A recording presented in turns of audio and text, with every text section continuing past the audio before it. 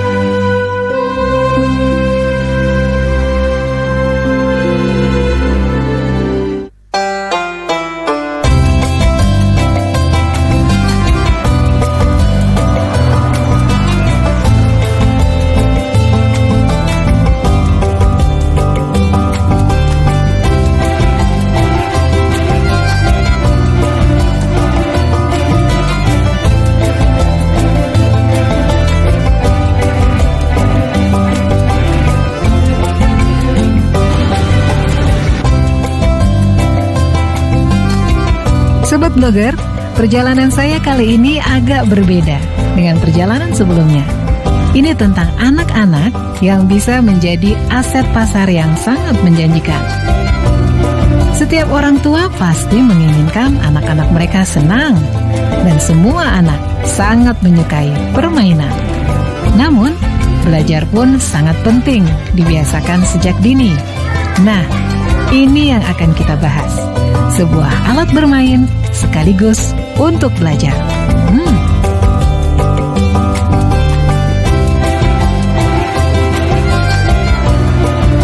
Sobat Blogger, mainan memang menyenangkan bagi anak-anak. Namun belajar pun harus dibiasakan sejak dini. Dan adanya mainan edukatif ini tentunya akan menunjang keinginan para orang tua agar anak mereka bisa bermain sekaligus belajar. Sobat Blogger, kali ini saya akan mengajak kamu semua untuk melihat lebih jauh lagi tentang mainan edukatif. Seperti apa ya? Ikuti saya terus di Blogger Putih Abu-Abu 1000 Kreasi Menggapai Impian.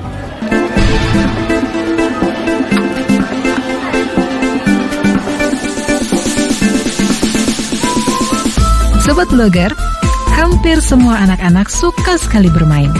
Tapi bermain seperti apa ya yang bisa memberikan dampak yang baik untuk perkembangan anak-anak ini? Jawabannya adalah mainan edukatif.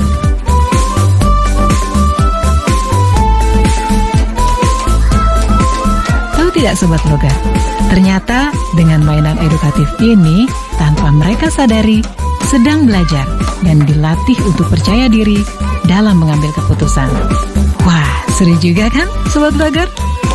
Berdasarkan manfaat itulah, maka mainan edukatif memiliki potensi pasar yang menggiurkan Sobat Blogger. Karena para orang tua seperti berlomba-lomba ingin memberikan mainan edukatif yang bermanfaat ini. Maka permintaan akan mainan edukatif ini pun cukup besar. Dan ini merupakan tantangan tersendiri bagi pengrajinnya. Untuk menjawab tantangan itu, para pengrajin pun menerapkan pola kemitraan untuk mengembangkan usaha kerajinannya.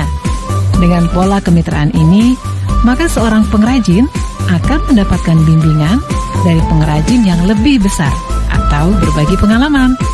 Dengan begitu Sobat Blogger, para pengrajin akan dapat mengembangkan usahanya ke arah yang lebih maju.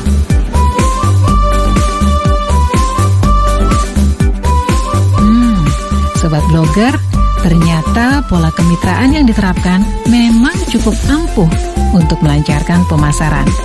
Seperti narasumber kita ini nih, yang mampu memasukkan produksi mainan edukatif pada toko besar seperti ini.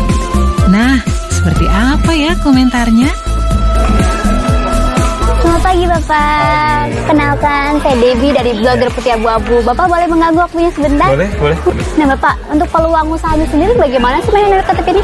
Nah, kalau bicara peluang itu sangat besar sekali karena penduduk kita yang hampir 200 juta orang itu Banyak sekali ya Pak ya?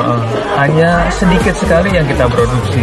Jadi kalau dibandingkan dengan jumlah penduduknya itu masih sedikit sekali. Gitu. Jadi potensinya masih luar sekali. Potensinya seperti apa?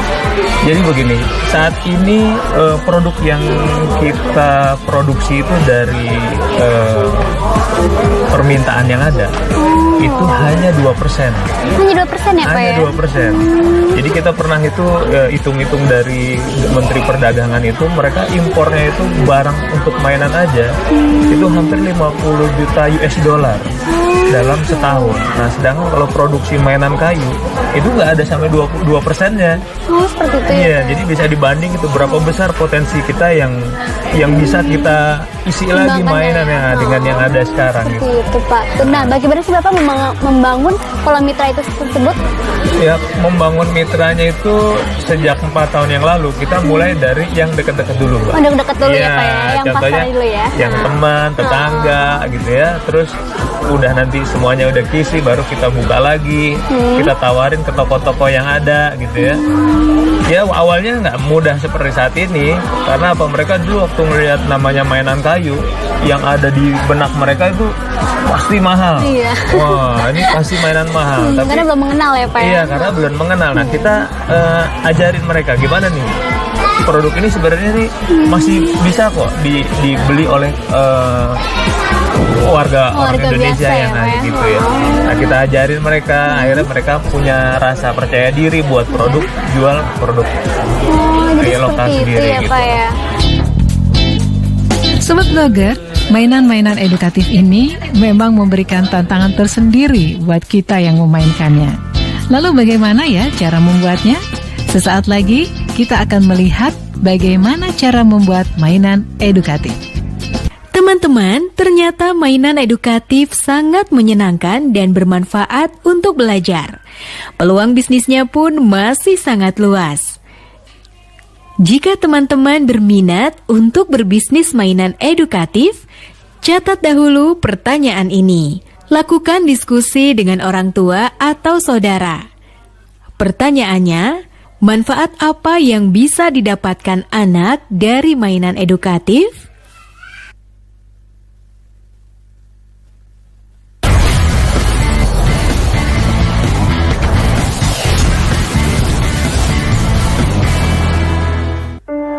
Tak ada yang lebih membanggakan dari menjawab keraguan dengan keberhasilan. Aku kan mau jadi pengusaha ikan.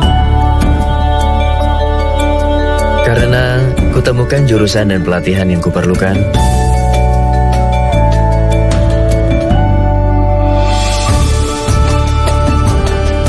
SMK, langkah awal sebuah keberhasilan. Jangan lupa ya, luangkan waktu untuk membaca. Nah, sudah membaca apa Dek? Ini Kak, menanam.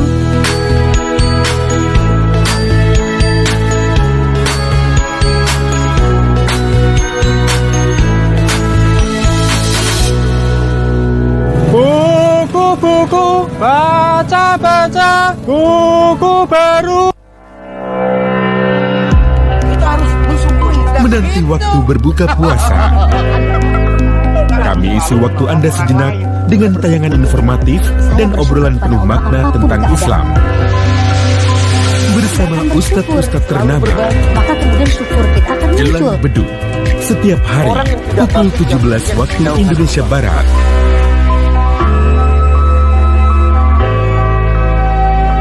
TVRI, media pemersatu bangsa.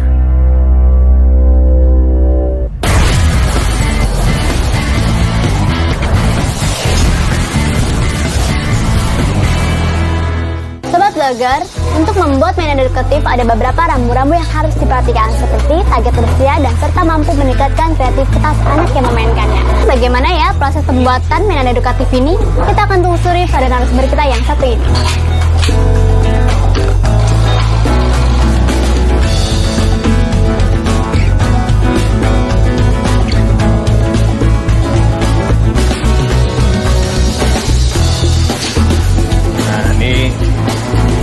Ini tempat kita bikin mainannya. Nah, Sobat Blogger, di sini adalah tempat proses pembuatan mainan edukatif. Nah, Bapak, proses awalnya pembuatan mainan edukatif ini apa sih, Pak? Ya, yang pertama yang paling penting kita harus siapkan dulu pola. Nah, polanya ini berkaitan dengan ini untuk anak umur berapa, terus bagaimana manfaatnya, terus bagaimana cara bermainnya. Baru kita berpikir memberi warna, terus bagaimana kemasannya. Nah, dari situ semua udah bisa disiapkan, nah baru kita ke produksinya. Gitu kira. Sobat Blogger, membuat mainan edukatif untuk anak-anak memang tidak boleh sembarangan, karena akibatnya akan fatal. Maka harus mematuhi rambu-rambunya agar mainan edukatif yang dibuat laku di pasaran. Dan yang terpenting lagi, aman bagi anak-anak. Mainan edukatif yang akan dibuat harus memperhatikan target usia yang dituju dengan tingkat kesulitan yang berbeda. Dan mainan edukatif juga harus mampu merangsang kreativitas anak saat memainkannya. Dan untuk menjamin produk mainan edukatif yang dibuat itu aman untuk anak-anak, Sobat Blogger, maka harus menggunakan bahan baku yang aman, seperti kayu jati Belanda dan cat pewarnanya. Pemilihan kayu jati Belanda sendiri karena jenis kayu ini sangat kuat dan ringan. Sedangkan untuk pemakaian catnya, sebaiknya gunakan cat air yang tidak berbahaya, baik dari aroma maupun warnanya bagi anak-anak. Ukurannya pun harus besar, agar tidak ditelan anak-anak di bawah umur 5 tahun. Dan sudut-sudut mainannya tidak meruncing, dan harus aman untuk anak-anak. Nah, Sobat Blogger, penasaran kan? Ingin tahu bagaimana proses membuat mainan edukatif ini? Kita ikuti saja yuk penelusuran dari narasumber kita ini. Nah, Bapak, saya mau lihat dong proses pembuatan tahap awalnya tadi. Oke, boleh. Kita lihat dari pola dulu berarti ya. Iya, yuk. Oke, mari.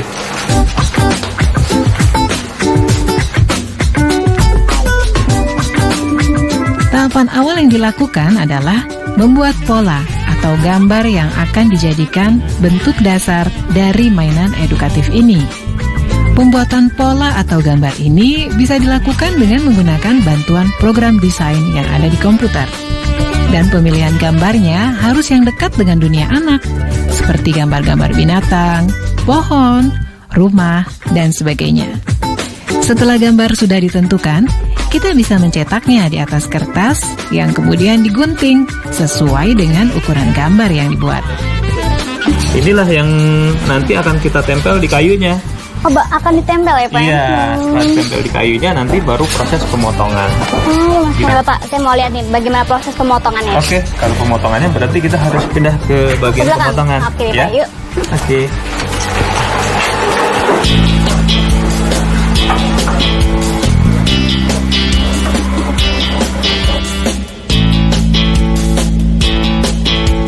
Selanjutnya, gambar-gambar yang sudah digunting tadi diletakkan di atas bahan kayu.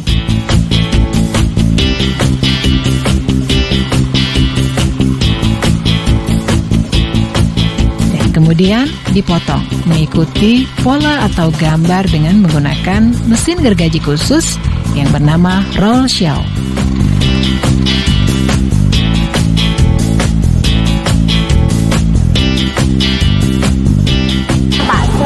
Proses pemotongan ini kita apakan? Nah, setelah ini kita masuk yang namanya tahap pengamplasan. Kita masuk nanti mesin namanya mesin amplas. Ya. Boleh kita lihat sih, Pak? Oke, kita lihat.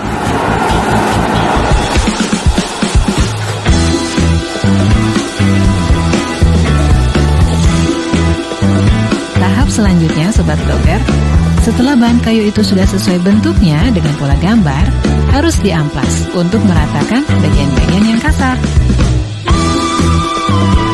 Ini lagi diapain Pak? Diamplas ya? Ini kembali kita amplas tadi.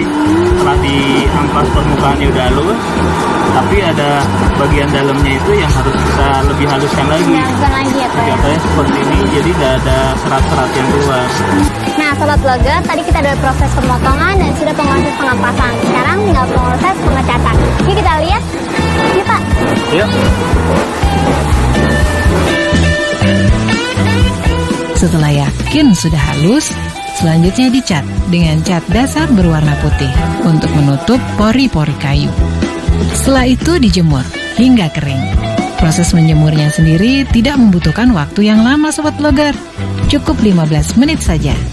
Kemudian mainan kayu yang sudah kering dicat kembali dengan cat yang berwarna primer seperti merah, hijau, biru, dan kuning.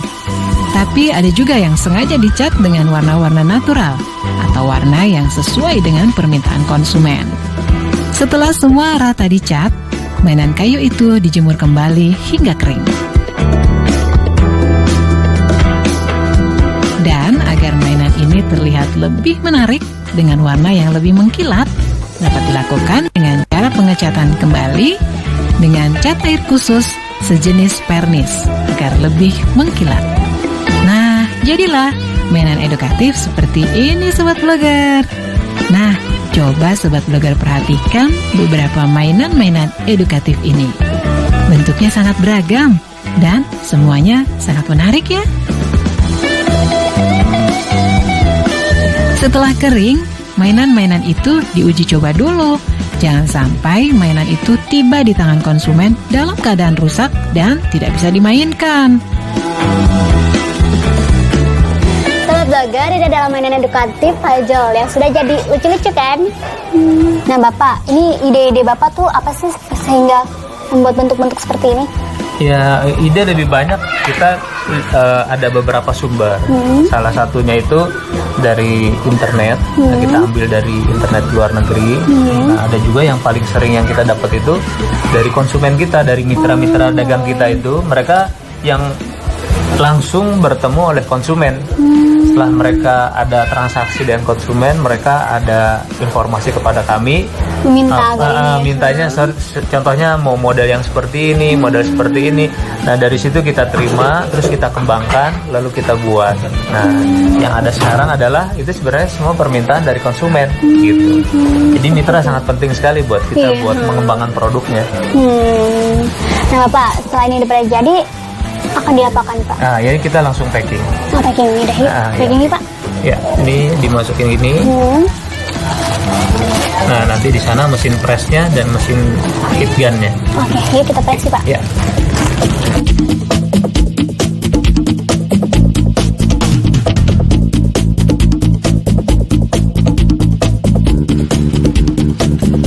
Selanjutnya, masuk pada tahap pengemasan sesuai dengan kelompok mainannya. Pengemasannya dengan menggunakan plastik sebagai pembungkusnya yang dipanaskan dengan hair dryer. Dan proses selanjutnya, mainan-mainan edukatif ini sudah siap dipasarkan. Dan jangan lupa Sobat Blogger, pada tiap mainan edukatif, sebaiknya kita lampirkan petunjuk cara penggunaan agar mudah buat anak-anak memainkannya. Selain itu, beberapa mainan edukatif memiliki tingkat kesulitan yang berbeda, tentunya disesuaikan target usianya. Nah, sesaat lagi kita akan melihat bagaimana mainan edukatif ini dipasarkan.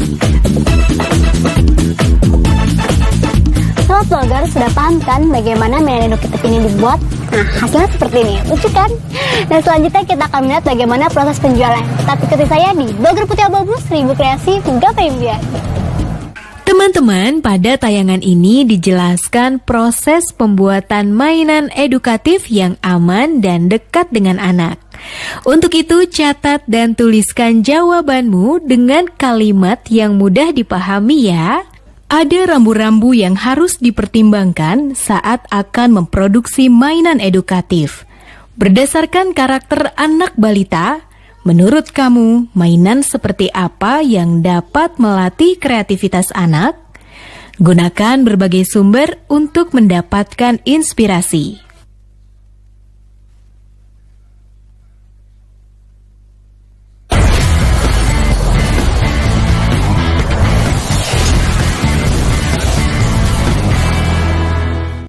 belajar dari rumah sangat menyenangkan. Iya ya, asik banget.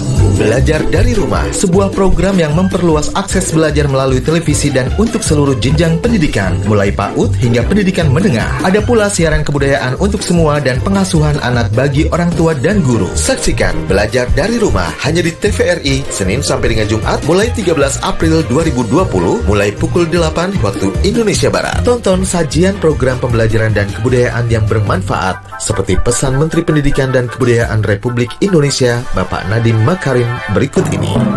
Kementerian Pendidikan dan Kebudayaan terus mendukung pembelajaran jarak jauh dan memajukan budaya Indonesia di masa pandemi corona. Saksikan program Belajar dari Rumah untuk semua jenjang pendidikan, guru dan orang tua hanya di TVRI. Marilah kita bersama-sama belajar dari rumah. Informasi ini dipersembahkan oleh Kementerian Pendidikan dan Kebudayaan Republik Indonesia. Menari adalah nafasku, bagian dariku, bahasaku, bahasa yang begitu indah. Pasti bisa mengantarku ke sana, sampai puncaknya. Memilih SMK adalah langkah awal untuk masa depan yang nyata. Dalam rangka pemerataan pendidikan, ada 4 jalur penerimaan peserta didik baru. Pertama, jalur zonasi yang mempunyai kuota paling sedikit 50% setiap sekolah yang ditentukan berdasarkan alamat pada kartu keluarga. Kedua, jalur afirmasi untuk siswa keluarga ekonomi kurang mampu, paling sedikit 15% di setiap sekolah. Ketiga, jalur perpindahan tugas orang tua atau wali yang disediakan paling banyak 5% di setiap sekolah. Yang terakhir, jalur prestasi. Jalur ini disediakan di setiap sekolah sebanyak sisa kuota setelah dikurangi jalur zonasi, afirmasi, dan perpindahan orang tua atau wali. Jalur ini ditentukan berdasarkan nilai ujian sekolah atau hasil perlombaan atau penghargaan di bidang akademik maupun non-akademik pada tingkat internasional, tingkat nasional, tingkat provinsi, atau tingkat kabupaten atau kota.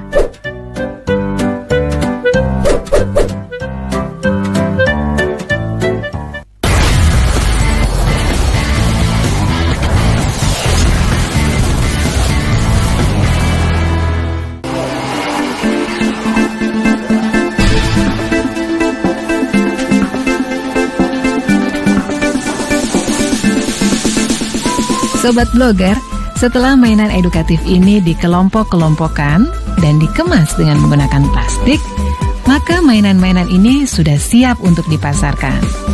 Dan proses pemasarannya bisa dilakukan dengan cara menjalin kemitraan dengan mitra-mitra penjualan yang akan menjualnya kepada konsumen.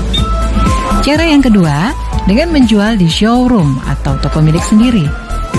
Dan harus diperhatikan, untuk menjual mainan edukatif di toko, harus menyediakan tempat untuk memajang mainan-mainan ini atau display yang ditempatkan di depan toko agar pengunjung yang lewat bisa melihat dan tertarik untuk membelinya.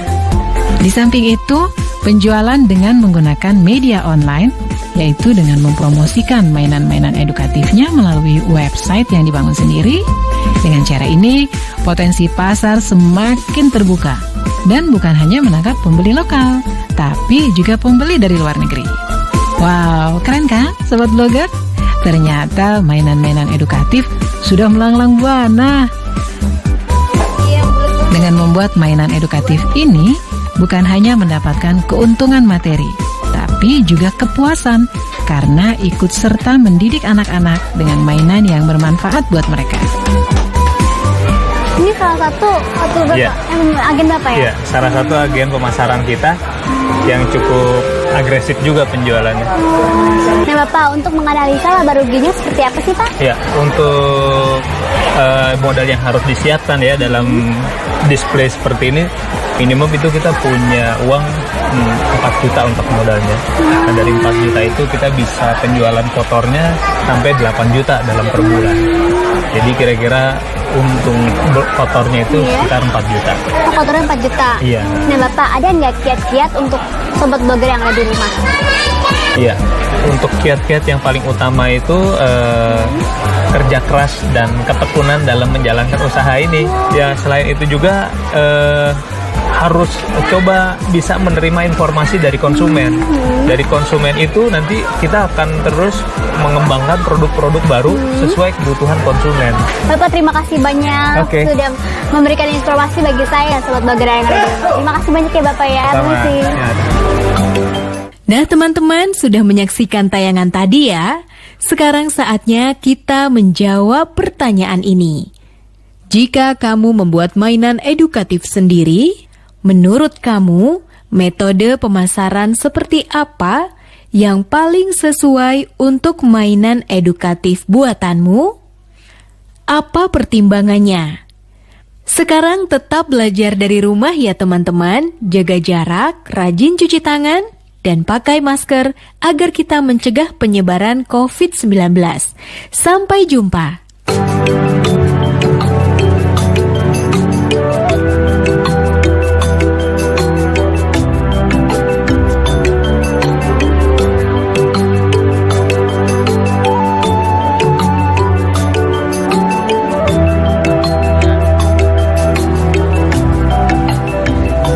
Demikian sajian dari kami. Semoga memberikan inspirasi dan manfaat bagi kalian semua. Tetap di Blogger Putih Abu-Abu, 1000 kreasi menggapai impian.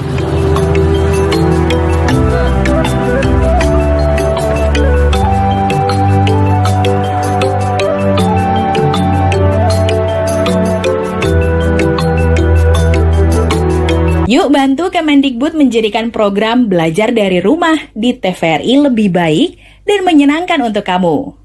Ikuti survei evaluasi program belajar dari rumah di TVRI. Isi survei program belajar dari rumah di tautan berikut. Jangan lupa ajak orang tua dan gurumu juga ya.